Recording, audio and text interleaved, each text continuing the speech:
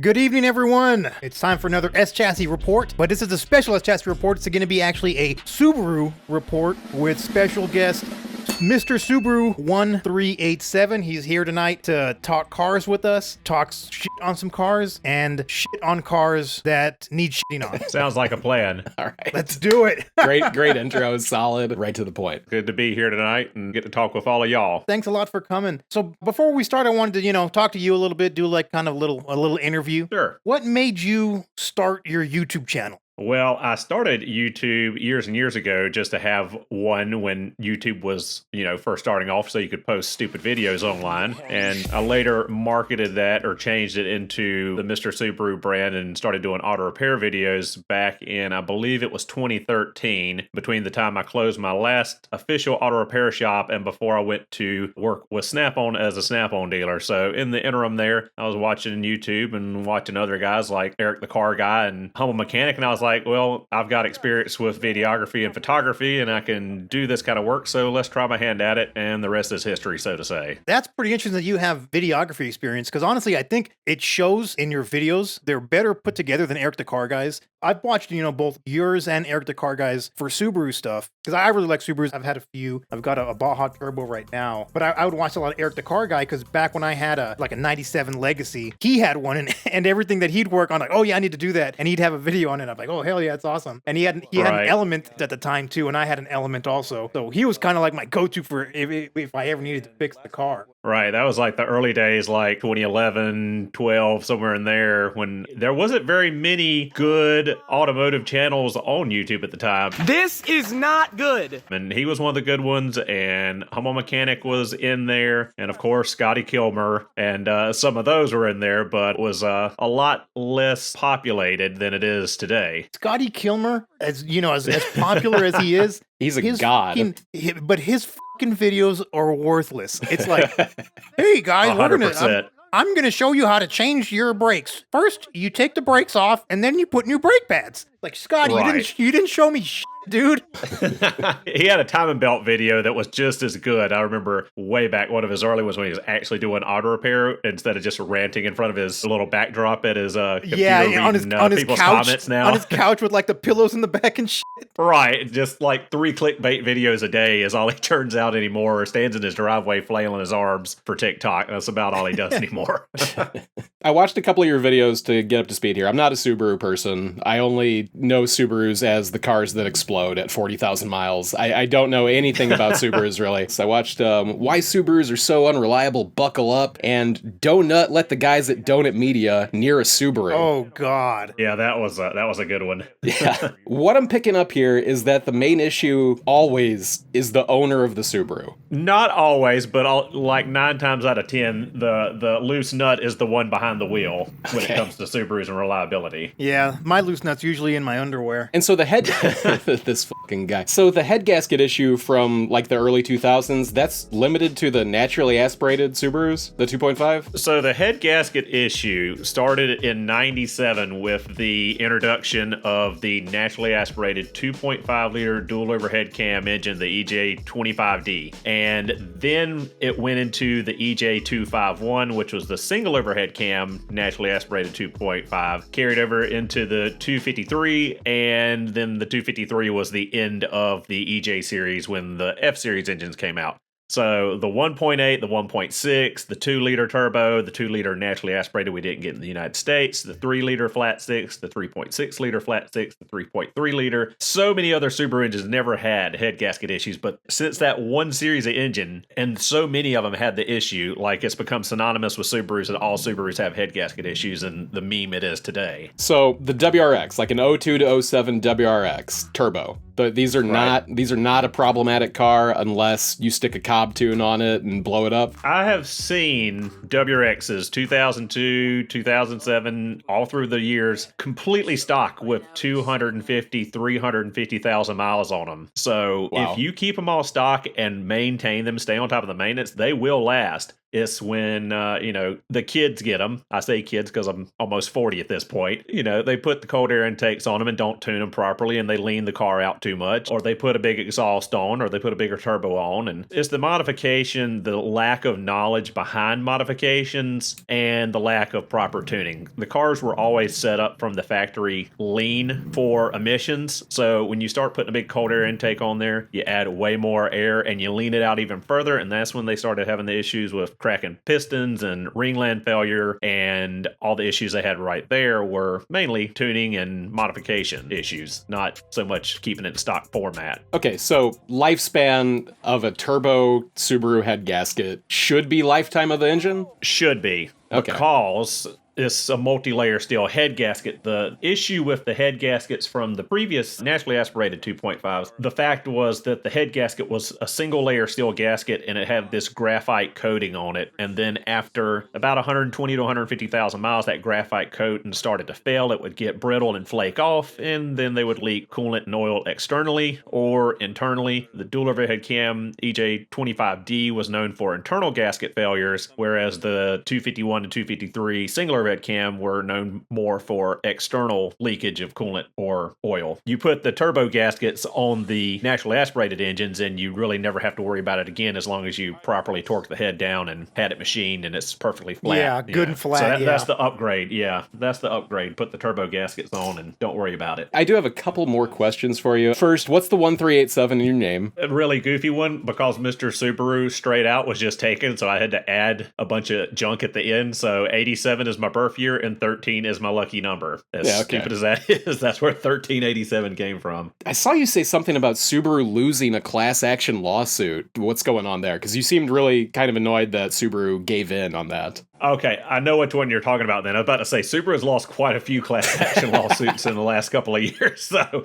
there was a windshield fiasco with the Outbacks, and there was the CVT issues, but there was a class action lawsuit about I think it was specifically about ringland failure or general engine failure of the EJ257, which is the STI engine, where people were getting their engines replaced under an extended warranty because of this class action lawsuit, where, again, 9 times out of 10, it was guys that had modified and beat the crap out of their STI and blown it up on their own accord, and then Subaru had to eat their engine due to modifications, out of factory trim, which I don't think Subaru should be liable for when what they put in the car as a package didn't fail. It failed because of aftermarket parts, abuse, and, neglect. So I don't think that Subaru should have had to been liable for that as a company. The modifications and the actions of their customers they had to pay for. You can reliably tune a Subaru though, right? I mean, oh yeah, you can pull some power out of a WRX. It's just these people are just throwing shit at it and not getting it tuned properly, or most of the time it's just guys going online. It's like, oh, I'm gonna put a cold air intake on it, or I'm gonna put a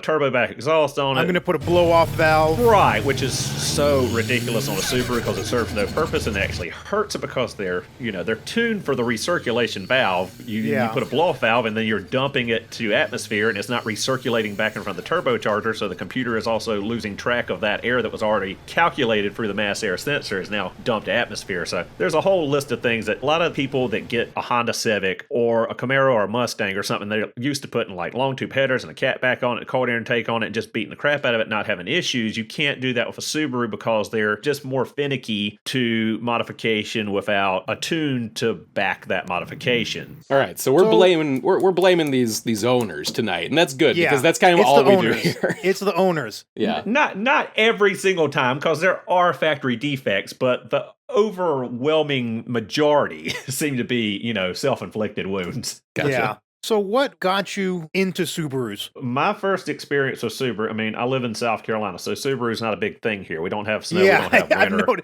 I noticed that. I've got an empire of dirt with 24 Subarus parked out in a field right now. I can collect them for pennies on the dollar because they're worthless out here to everybody but me. So my first introduction to Subaru was in 2004 when the STI first debuted in North America. My buddy Hans was one of the first people to get an STI, and that was the first time I'd actually really seen a Subaru other than maybe one or two Outback or Foresters in my entire life. prior. And that was back in, the hood rat days as kids out street racing and Fast and Furious and, early 20s. So, yeah, young, dumb, and full of cum. Yeah. More or less, yeah. So I had at the time, that was back when I was a GM guy, and I had all the F-bodies, Trans Ams, and Camaros, and C5 Corvettes and stuff. I had a C5 Z06 at the time, and I had a 2002 Z28 with nitrous and yada, yada, yada. And he came in with that thing, and I'm laughing, another 4-cylinder for me to outrun. And I was impressed by a stock STI, stock 2.5 liter, Subaru hanging with my Corvette, hanging with my Camaro like he did. So I started talking to him more about it. And not too long after that, his younger brother ended up getting a 2002 WRX that was like highly modified, and he took me down the road in that, and it being a 2-liter really blew me away. So that was like my first introduction into Subarus and got the taste of it. I liked the fact that it was a 4-cylinder engine that didn't sound like a Honda. That was the other thing that swayed me towards Subarus, and the all-wheel drive was pretty cool. It's like, man, I don't have to put slicks on the back of this thing, or it's not front-wheel drive like a Honda. Like, it just launches and goes. So and the GDs just look good. Yeah, of course, he had the token World Rally Blue with gold wheels. That was the one he ordered in 04. So, like, one of the very first on the East Coast. But that was my first introduction. Yeah, and then the brothers was, God, I want to say it's Blaze Yellow, but Blaze Yellow doesn't sound like the right color code. I think that's the name, Blaze Yellow, I'm pretty sure. Yeah, it's that palish yellow. It was a pretty rare color, but then it had like a carbon fiber lip and hood and trunk, and it was like, all done up. Yeah, it's like an egg yolky yellow. Oh, that's a cool color. Right, kind of faded. It kind of faded yellow. It's not school bus yellow. Yeah, those look like they have factory sun fade a little bit. Yeah. That's a good looking color, though. So I understand that you're a big fan of Matco tools. Oh, yeah. Love Matco. Along with a lot of other brands that are, sticker companies. I'm sure I'm the talking head at a couple of their board meetings a year at this point. What are you doing to Matco Tools? We need to stop this man. So Matco Tools doesn't make tools. They just rebrand things and sell them and resell them. And Mr. Subaru's forte is finding a Matco tool and then saying, oh, look, it's this one on Amazon. You can buy it here for cheaper. It's the exact same tool. No way. Yes. They're hand tools? Yeah, everything. Oh, they don't. The only thing they manufacture There's one that soldering thing. Toolboxes. Toolboxes and roll carts are the only thing they manufacture. All of their hand tools, power tools, everything is a rebrand from some other OE manufacturer. They just put their sticker on it. And that one soldering iron tool. Well, they don't manufacture it, but but no one else has the it. Right. Yeah. Right. Apparently they have the rights to it, but of course it's being made in China or Taiwan, wherever, like 90% of the rest of the tools in the world are coming from. Generic manufacturers that make everything for everyone. All right. It's not that for sure. That right there, yeah. Yeah. The easy sod. The hell is this thing? So you put your 2 wires on those things sticking out, and then you turn the knob and it'll feed solder. Okay. Yeah, it's kind of dumb. Look, go down and there's a picture of it in that on the right there. Okay. Yeah. All right. I don't see why you would need this, but I mean, I'm not really a mechanic. Dude, so sometimes you need 3 hands to solder. So a helping hand for soldering, like the little Snap-on one or any other brand I've shown, or Lyle, or like that one right there. Like the alligator clip ones? Like this kind of stuff. Right. I have them, and I understand why. Under a dash, actually, I think that's one of my TikTok videos or YouTube videos right there of it. Right there. Yeah, that's it. Let's take a look. Oh, and that's Flat Rate Mechanics video on it. Oh, this guy, dude. Who's this nerd? He's a loser. Okay, here's the stitch where I got so much crap comments on that at the beginning. Like, if you solder that bad, I'm like, that's not my video. I stitched Tools in Action. I said, go pitch it Tools in Action. You're like, yeah, you just grabbed something. Right. People were bitching at me like, you can't solder off a dam. No wonder you need that tool. Like, if you can't solder that well, blah, blah, blah. Just like, dude, the amount of hate comments I get on TikTok, YouTube, and Instagram are abysmal. Like, hundreds of comments a day I go through. I get it, man. There's some angry people, on YouTube here. They got some fire in them. Yeah. That they do. And then I'm the angry one, or the guy with the chip on my shoulder when I get tired of reading 1,000 hate comments and then like make a video response to them. Like, what's your problem? Like, if you wake up to 1,000 pissed off comments, like just shitting on you, and then like read a bunch of emails and YouTube comments and everything else, like it's a lot every day to go through. And a lot of it is just absolute hate, mean-spirited crap, I hate you for existing. Okay, sorry, dude. Basically. Yeah. Don't tell me how to spend my money. I wasn't. I was just telling you that if you want to save some money, that, here you go. But whatever. You don't have to buy watch- Matco. You don't have to watch my videos. Now, instead of Easy Solder Clamp, just put Matco. No. In the search, just put Matco instead of delete Easy Solder Clamp. Don't delete Mr. Subaru, you idiot.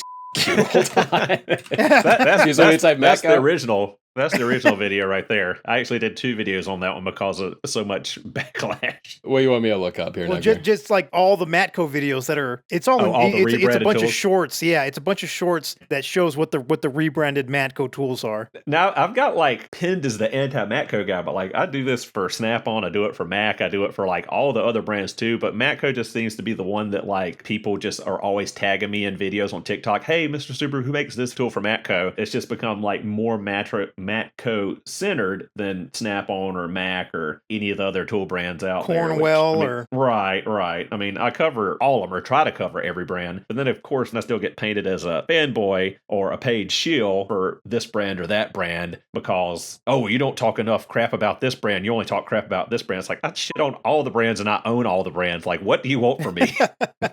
I've showed my toolbox. I own nearly every brand. I mean, I've started importing tools from Japan, importing tools from Germany. I'm talking about shit that most people haven't seen in the United States. They're you're a fanboy for them too. My neighbor borrowed a socket from me, and it was a Netbro socket, so Ooh. I hope I get it back. I would hope so too, because that stuff is not cheap.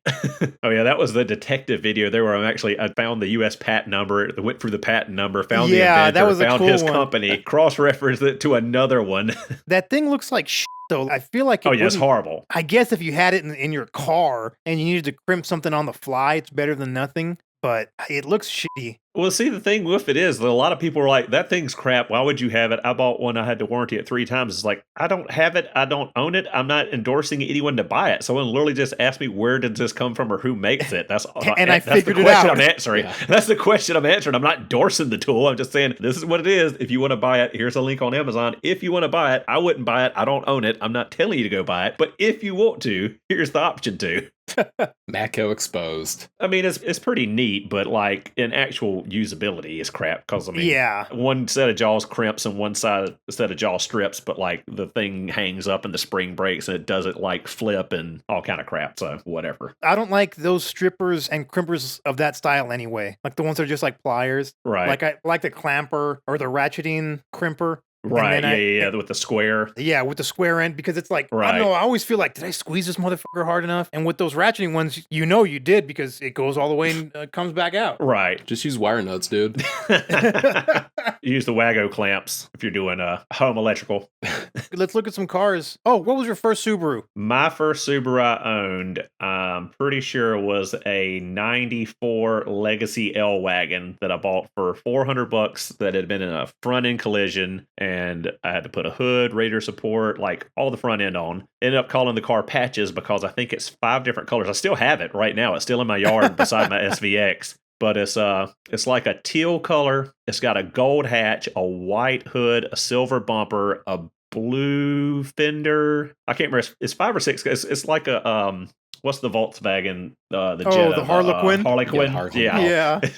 It's kind of that by just design that I had to go to the junkyard and replace panels, and that's what I could find that didn't have a dent. So.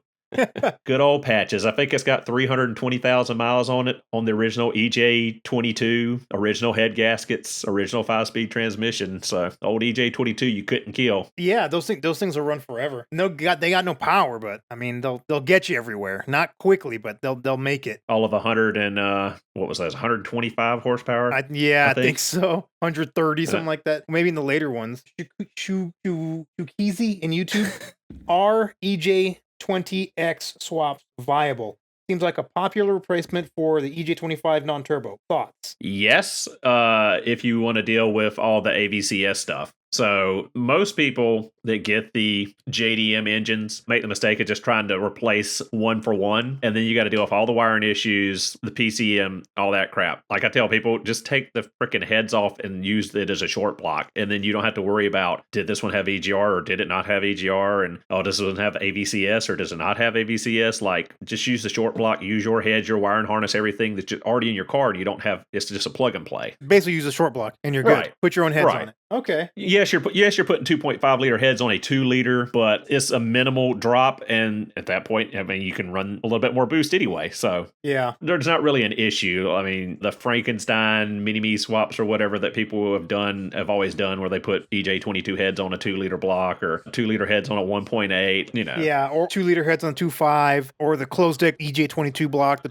old turbo block. Right. I mean, they're Legos. They're all interchangeable. They all bolt up. It's all the same bolt pattern for the heads. It's all the same bolt pattern for the engine block to the transmissions. Like, you know, it's not that complicated. I had one guy that was doing a JDM swap on one, and he like hacked in the wiring harness between the JDM harness and the USDM harness, and like was trying to get the JDM computer to work. I'm like, what have you done? Just like use the short block. It's about minimizing. Yeah, it's about minimizing the path, not trying to convolute it. Right. He's like, well, this one has EGR and this one doesn't have EGR, and this one's a speed density or map, you know, like, oh God, no. Just use the short block. You sputter rod bearing. Mikey Larson YouTube says, Netgear, didn't you bust your radiator on the Baja? It didn't blow. I was like breaking a bolt loose, and I broke the nipple off the fucking radiator. I had to buy a new one. Rip. Check out the 27-part build series on Collected Yeah, Car check Food. out the build series. Smooth says, hey, Netgear, take a look at my Crosstrek. It is in Discord. Yeah, I love the color, but why did you do this to a Crosstrek? You could have done this to an Impreza 5-door. But then I wouldn't have the plastic from a Crosstrek.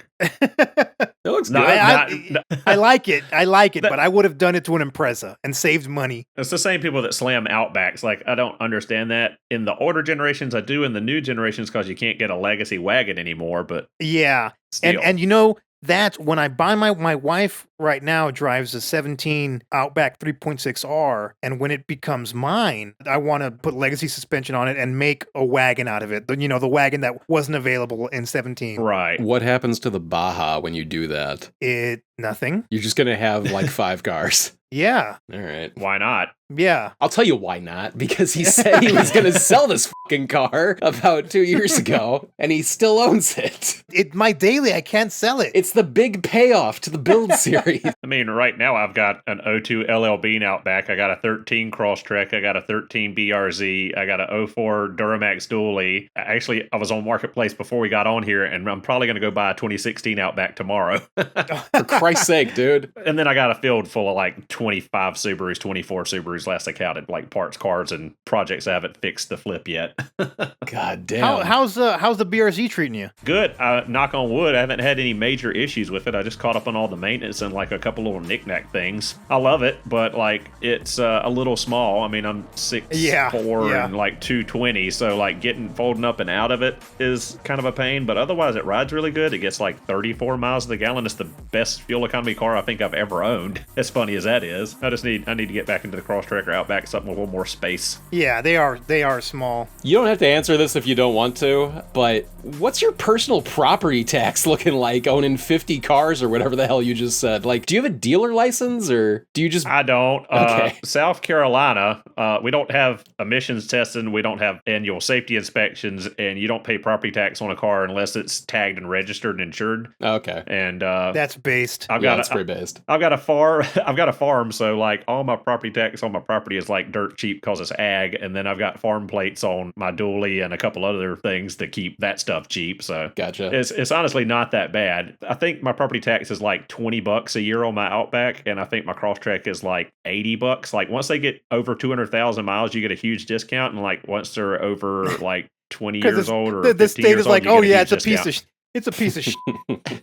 Yeah, I mean, it's a 2002 with my LL Bean's a 2002 with 302,000 miles on it. I bought it 8 years ago for $500, and property tax is $20 because that's the minimum yearly property tax to get your registration sticker from. Oh yeah, South Carolina. I've seen you do videos on the LL Bean. Is it a 6? It is. It's a 3-liter EZ30D. That's actually the car that started the channel going to Subaru Repair, was getting that car back up and going. I had an 01 VDC, and I remember doing stuff and watching your videos. You know, if I needed to do something. Like, Right. Yeah, how do you do this? Yeah. Yeah, the VDC was one step above the LL Bean. Yeah, it was like it had the Macintosh fucking Sound radio system, in it. Yeah, and it had the digital climate control. I love that car. That became my favorite Outback body style. I love the headlights. I love the taillights on the wagon. And that's why I really like the Baja, because it's that same body style. Yes, an open back, out back. Yeah. It's the same chassis, same underpinning. Yeah. They just cut the wagon part off. Right. It made it less usable, less practical. Unfortunately, but I'll never tell Feed that. I act like it's a fucking toy hauler, you know? You're so full of shit with that thing. You need to sell it, dude. It's cool as dude. My 2-foot bed with my bed extender with the tailgate down. He told me he could haul full sheets of drywall in it the other day. I don't buy it. Dude, it will. It'll full fucking drywall sheets, man. It's easy. I take shit to the. Hey. I took a bunch of doors to the dump. They had to stick out the back, but I still took them. My Subaru sandbar would pull full, like, 8-foot sheets of plywood. I don't know about a Baja where you, like, had it on the roof or it wasn't in the bed. What is a Subaru sandbar? Sandbar? It's like a bongo. Sandbar. SAMBAR. Oh, Yeah. Okay. Like a mini truck. K-truck. Yeah, K-truck. Yeah. I gotcha. The best K-truck. Tight. Yeah, and that's like the best fucking farm vehicle. Yep. I've had 2 of them at this point, and I'm looking for a third now. You heard the man, Honda Acties.